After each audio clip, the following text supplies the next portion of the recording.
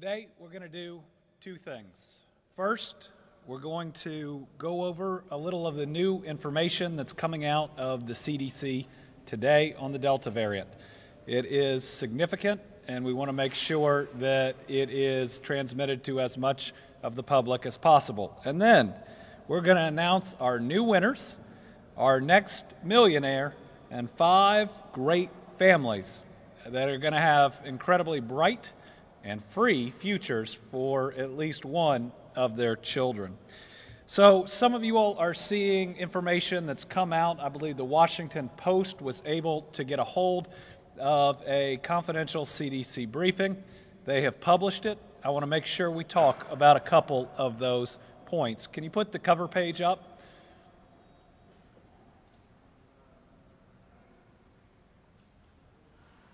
All right, so this is the slide deck that the CDC has now confirmed is theirs, and they're going to apparently publish more data on later today. There's a section on it on the Delta variant that puts in very clear terms how aggressively it spreads, even more so than I believe we thought, that it is more aggressive, and a couple of other pieces. So let's go to the next one that we pulled. All right, folks, this Delta variant is more transmissible, spreads more aggressively than the common cold, than the Spanish flu, than smallpox. That is a big deal. It is one of the most transmissible viruses that they have ever seen, significantly more so than the Alpha variant. And what this says is we can't just be normal at the moment, and this thing will spread wider and faster than anything that we have seen to date. Let's go to the next one. All right, what it's also saying is breakthrough cases. This is why we went back to masking in executive branch offices, and other people ought to as well. We know that there are a certain amount of breakthrough cases, and there's more with the Delta variant than there have been with any strain thus far. Yes, you are much less likely to contract COVID if you get the vaccine. And if you get the vaccine, it is very unlikely that you're going to get seriously hurt or die from COVID. But what we now know is that the breakthrough cases of the Delta variant have such a high viral load, you may be able to spread it as easily as someone who is not vaccinated. In other words, you might be safe, but you might end up harming somebody else because we're not wearing that mask or we're not following the rules. Let's go to the next one. So it spreads faster. If you have a breakthrough case and you're vaccinated, you can spread it. And then it appears to cause more severe disease. We talked about this before. So it's more likely you can get it, it's more likely you could spread it, and it's more likely that it's going to hurt you. And here's the summary that they give in this slide deck. What it should tell everybody is this thing ain't playing around. It's probably the toughest foe we faced. And we should be in a lot better position to take it on because we have vaccines. And if everybody was vaccinated, this thing, it wouldn't be a problem. It wouldn't be a problem. But we are not all vaccinated, and it is most certainly a major problem and challenge that could take the lives of many Kentuckians. And so I hate that we have had to pull these masks back out, and I don't think that we're going to have to wear them for very long. But none of us want to cause harm to somebody else. And we got to understand that the guidance didn't change. The virus changed. So again, we are strong enough. We can do this. But let's make sure the final chapter of our battle against COVID continues to read that we did what it took to take care of one another. And with this new information, I'm calling on school districts that have thus far said that they are not going to require masking to reconsider, because they will fail. And it'll be the students that lose out on in-person learning that they would otherwise be in, and it's unprotected parents and grandparents that may pay a bigger price. News just broke. There aren't many schools that have gone back, but there's at least one system in Georgia. More than 100 students are already quarantined in the first week of school. Just think about what we had to do to fight COVID the last time. And now it's spreading faster, it's more transmissible. Everybody needs to do the right thing. An entire classroom of unvaccinated students don't stand a chance of getting the days of in-person learning that they deserve. So folks, the information is getting clear. You need to do two things. Number one, get vaccinated. And vaccinations are ticking up. First time that we have seen it in a while. Between yesterday and today, almost 6,000 new vaccinations. Normally that's about 1,800 to 2,200. So that is a really good sign. But if we're truly going to put our kids first and our people first and our lives first, it means that now there are times we need to be wearing masks too. And that's anywhere inside in a county or area that is high or substantial transmission. And right now that's just about all of Kentucky. Delta variant is more serious, but we know so much more. So again, vaccines plus masks equals the win. Let's make sure we do it. All right, with that, we're going to celebrate folks that have done it right, that are out there setting a great example. And because of that great example, because of doing what's right, because of living for one another, they've won something for themselves and their families. We are here today to announce the second round of winners in our Shot at a Million sweepstakes. Now, when you're governor, you get to do a lot of interesting things. And I've been able to do a whole lot of those with this pandemic. But I didn't know I'd be able to make 3 new millionaires in Kentucky and ensure a higher education for a bright young Kentuckian. This is something I've looked forward to since the last round. At the beginning of the month, I got to present Patricia Short and her husband, who live in the Lexington area, with a $1 million check. And the families from Louisville, E-Town, Princeton, Mount Sterling, and Crestwood learned one of their children would receive a free ride scholarship to fund their post-secondary education. Today, in just a moment, we will, from right now, we're going to hear from this month's winners. Remember, all you have to do to qualify, and we'll have one more drawing, is to protect yourself, your family, and your community by getting vaccinated. It's not just the right thing to do, it's the patriotic thing to do, because this country and this world is at war against this virus. To kick things off, we're going to introduce you to the scholarship winners. And then we are going to have our new $1 million winner. So first off is 14-year-old Shelby Anderson from Louisville. Shelby is here with her parents, Chip and Kate Anderson, sister, Georgia Anderson, who is also a winner in all of this. Shelby? Yeah. You want me to? Whatever you'd like. Hi, I'm Shelby. I'm really grateful for being able to have this scholarship, and also I encourage you to get the vaccine so we can be closer to getting back to normal. And yeah.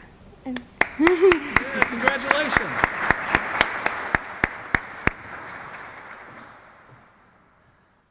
Thank you, Shelby. And congratulations again. We're very proud of you. Next, we have 15-year-old Isabella Brozak from Crestwood. Isabella is here with her parents, Kimbra and Mark Brozak, her sister, Madeline, her brother, Dane, and grandparents, Kathy and Tony Cave. Isabella? Hello, my name's Isabella, and I think it's really important to get vaccinated. It doesn't only help me, but everybody else around me, and I'm just super grateful for the scholarship. It also doesn't just help me, but my whole family. And even though I'm only a sophomore, I still have time to think about where I want to go to college in my future, but it does cover an obstacle, but thank you. All right. Good work, Isabella.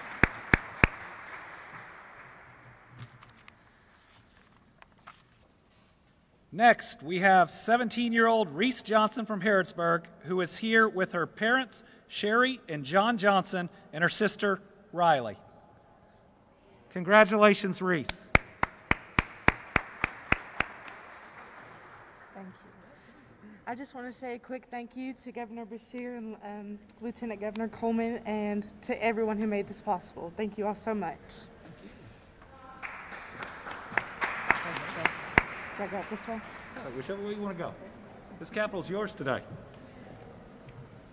All right, next we have 14-year-old TJ Green from Owenton, who is here with his mother, Thanya, his grandparents, Vicki and Melvin Green, and his aunt, Terry Arntz, uncle Travis Green, and cousin, Taylor Arntz. This is a big family celebration. Yay, TJ. I just want to say thank you and everybody get vaccinated. All right. Thank you. TJ, that might have been the most direct speech that we have had in this rotunda. Nice job. Thank you, and everybody get vaccinated. Pretty good, huh? And it's okay, it's actually right that it is that simple. And finally, we have 14-year-old Julian Sandberg from Fort Mitchell, who's here with his parents, Maria Sanders and Cal Steinberg, and his grandparents, Shirley and Robert Sanders. I would just like to thank Governor Beshear for this crazy opportunity and my parents for getting me vaccinated. And when I got the vaccine, I did it because I just wanted my life to be normal again and I wanted to see my friends. And so the fact that I'm standing here today is just completely surreal. So. All right.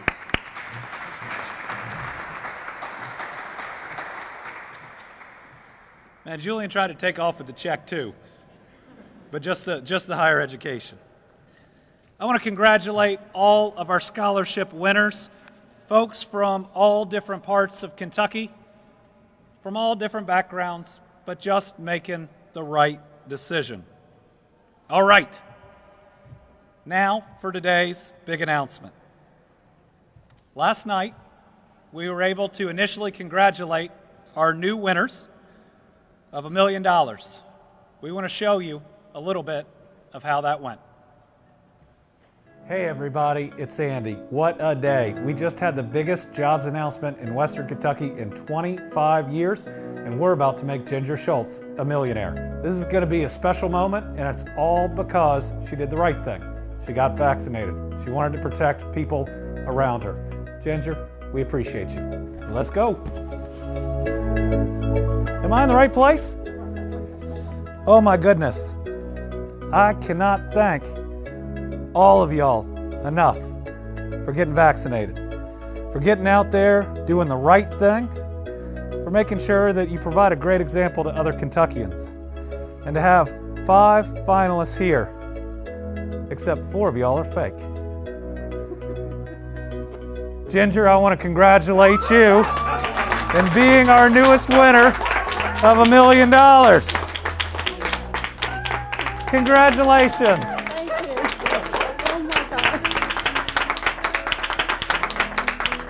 Just shock. You know, you think you're kind of preparing yourself that your name will be called, but I mean, I've never experienced anything like this, so it's shocking. You just don't really think you're going to win. He had bought a couple lottery tickets, and they were sitting on the kitchen counter, and I thought, well, I have a shot at $1 million. I mean, what are the odds? But it can happen. You just don't know. Just get vaccinated, you know. Why take a chance of getting very sick and possibly die, or passing it on to somebody else? That's what my main concern was. My mom's 85 and she has breathing issues, and I was always very concerned about her getting it or passing it on to her. So we did the right thing. We did the right thing. All right, ladies and gentlemen, a responsible Kentucky citizen and Kentucky's newest millionaire, Ginger Schultz.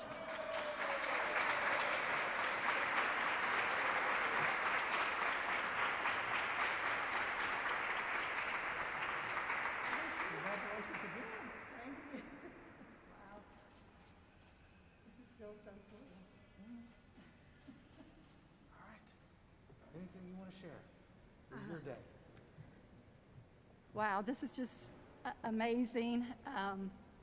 Yes, please, everybody, get vaccinated. Like I said, my main thing was for my mom and my husband, who both have COPD issues, and it's the right thing to do for yourself, for the people you love, the people you come in contact with. And with what's going on now with the variant, wear a mask. What does it hurt? You know, you're protecting everybody else. And also go in and register. I only registered 2 days ago. I had no inkling and no thought that I would actually win. I just thought, why not try? So please, everybody, get vaccinated. This is serious. Thank you so much. So grateful, and follow our leader. Thank you all. Okay, so you want to take a question or two? Okay. Okay. Ginger's willing to take a question or two, if you got them. And I think we've got a couple of our students who are with the variant. We're not going to do what we did last time, which are a gaggle. We don't want to ultimately create that type of exposure for anybody. So, anybody, one or two good questions for our newest millionaire? Yeah. We're from Louisville, born and raised. I've lived here all my life. When did you get the vaccine? Why? And how did you find out about this? Went to get the vaccine. I'd been, of course, watching the news, and when they opened it up to my age group, I called. A friend of mine gave me the number for the location in St. Matthews that they opened up, and it was very quick, easy. And then the shot at $1 million, I saw it on Spectrum, saw them advertising the last several days, and like I said before, he had bought a couple of the $1 million lottery tickets. I saw those lying on the counter. I thought, well, this is another shot at $1 million. Why not try? Never dreamed I would be picked. Ginger, so you actually got the vaccine before the contest was? Yes, I got it back in April. Yes, all 3 of us. All right. Thank you all so much. Congratulations again. Thank you. Oh, we appreciate y'all. Yes. All right. You willing to take a couple? All right.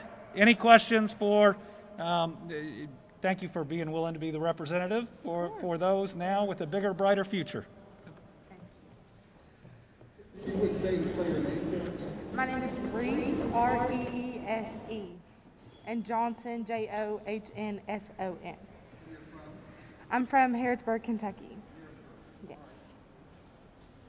Talk about when you got the vaccine, why, and what this means to you getting the scholarship. I got the vaccine a couple months before I heard about the shot at $1 million. And I got the vaccine to not only protect myself, but my loved ones, my community around me. And the vaccine to me is just a way to try and help things get back to normal and just help protect everyone around us. The shot at $1 million and this wonderful opportunity means everything to me. It gives me a chance to finally kickstart my dream of becoming a teacher and attending UK with my big sister. So it means everything to me. I think Julian's willing to answer a couple questions too. Thank you, Reese. Thank you very much. Same thing, you would just say and spell your name before she tells us where you're from. My name is Julian Sandberg, and I'm from Fort Mitchell, Kentucky, about 10 minutes south of Cincinnati. And when did you get the vaccine? I got it right after school ended. I just wanted, because I was sick of having to wear masks, and I couldn't go inside, and I couldn't go inside with my friends, so I just wanted everything to be normal again. So.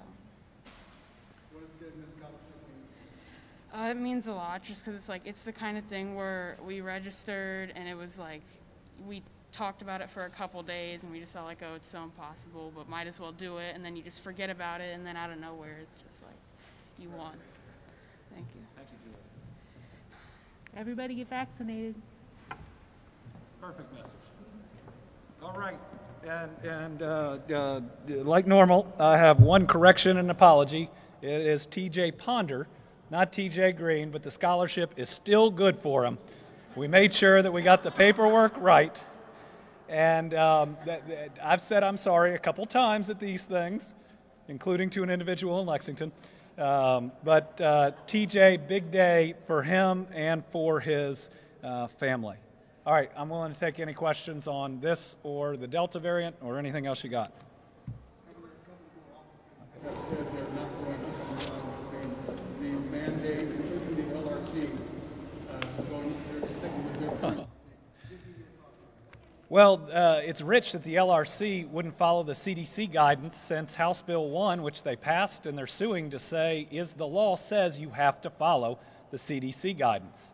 So I guess they'll follow their own bills they passed when they like them. But just step back. Are we willing to have enough courage to protect our people the way we should? Today we showed you the CDC's new information. This spreads so much more than the common cold, so much more than smallpox. It spreads as quickly as chickenpox, and it's more deadly than any variant we have seen thus far. Just have the courage to do the right thing. Ask your people to mask up. It's just temporary. But the one thing I want to make sure is that this doesn't feed some of the misinformation out there, that it doesn't obscure what is fact. Because what is absolute fact is the Delta variant's seriousness, and that if you are in a county where you are in the orange or the red, you absolutely need to put on your mask. And we're in one today. And so those offices saying that they're not going to encourage people to do it, they're fighting the science too. And that ends up killing other people who are out there who therefore don't believe the science, the information that's there. Phil. Can you talk a little bit about how is this a random drawing? Yes. How this is done? It is done through a number of steps, of spreadsheets, of random generation. We film the whole process so that we know that its integrity is there. Our lawyers are all there on it each time. We believe that it is as random as any drawing that's out there. So today you saw people geographically from all over the Commonwealth, and it's exciting. It's exciting that people are signing up, and we still believe that more people have gotten vaccinated because of this, that we were able to hold steady at a time when we were seeing major declines. But it's also gotten the word out more and more and more about vaccines and why to get vaccinated. Can you talk about vaccine numbers in general, just what else are we going to do to get people vaccinated? So vaccine numbers in general are ticking up for the first time in a long time. Again, we have, other than kind of at the beginning of the week we'll see all the numbers from the weekend come in. And those have been getting bigger. They were about 12,000. They've been 17, 19,000. I don't remember a day in the middle of the week where we've had 5,900 in a while. So we are seeing them go up. I think it's a mixture. It's a mixture of people who are rightfully concerned or even afraid of the Delta variant. It's okay to be afraid of the Delta variant. But we have the tools to protect you in the Delta variant, and you don't have to live scared if you get vaccinated and where you need to wear a mask. If we do all that, we don't stop our economic progress. But if we don't do it, I mean, a whole classroom of unvaccinated kids that are quarantined are a whole group of parents that aren't going to work for a week or 2 weeks. That stymies where we're going as a Commonwealth. We're willing to look at anything. And we're going to have to look very carefully as we move forward as this spreads at other state-run facilities and what we're doing. What I'm trying to do right now is lead by example. It's not popular to tell your 30,000 employees or slightly under that they're going to have to wear a mask again. But guess what? Ford Motor Company did just a couple days after. I'd like to think they have more sophisticated advice than some offices here that are not doing it. But remember, the people doing it are ones that have access to the scientists, to all the public health experts. There aren't any of those out there saying that you shouldn't be doing the right things right now. The president's been talking about paying people $100 as an incentive to get the shot. Is that something that you're considering? We will consider anything. There are some logistical issues with that one and some potential funding issues with that one. Now, the MCOs can and should be looking at that and other incentives to get their population vaccinated. But I'm willing to try whatever has proven that it'll work. Yeah, Tom, and then Lauren. If you're fully vaccinated, you can wear a mask. Is there a lesson in quarantine requirement? You are exposed to some of these problems? So if you are vaccinated and you have been exposed to someone who is positive and you are not showing any symptoms, you don't need to quarantine. But what I would say is go out and get a test. You know, just put on your mask. I hope you have it on the inside anyways. And then get a test to make sure you're not spreading it to anybody else. Because the great news, if you've been exposed and you're vaccinated, is the percentages tell you you're going to be just fine. You might not even feel it.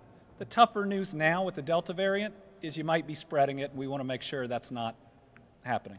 Lauren? This week you announced, Governor, that on Wednesday, I think it was 1,500 new cases, a positivity rate of 8.5%. Just personally, how disappointing is this? It seemed like we had really righted the ship and things were going in a great direction. People are getting on planes again, they're traveling, family vacations. Kids were all sent to go back to school, and now this major regress. How disappointing when your office has tried everything to get us on that right path. Yeah, this surge in cases, this new Delta variant, it's frustrating. It's more than disappointing. And it's not just me that feels it, it's everybody. I mean, especially everybody out there who's done everything right. Got the vaccine when they could, probably waited longer than they wanted to get that vaccine, has worn masks. It's frustrating. But the war's not over until it's over. And people's lives are still on the line, and we are tough enough, and we are strong enough to do this. We have written our history in fighting this pandemic better than just about any other state and surpassing everyone's expectations for what we could do right here in Kentucky. I believe that's a huge reason, and so does Moody's and Fitch's, that we're seeing people look at Kentucky in new ways and invest in Kentucky. But our work is not done, and our battle is not done. And a worldwide health pandemic doesn't let us get to decide when it's over. It's going to decide when it's over. We're going to do what it takes. Now, here's the good news. When this first hit in March, we didn't have the tools we have now. So if we want to live our normal lives, all it takes at the moment is vaccines and masks. And we can do everything that we want with vaccines and masks. Yeah, Sarah.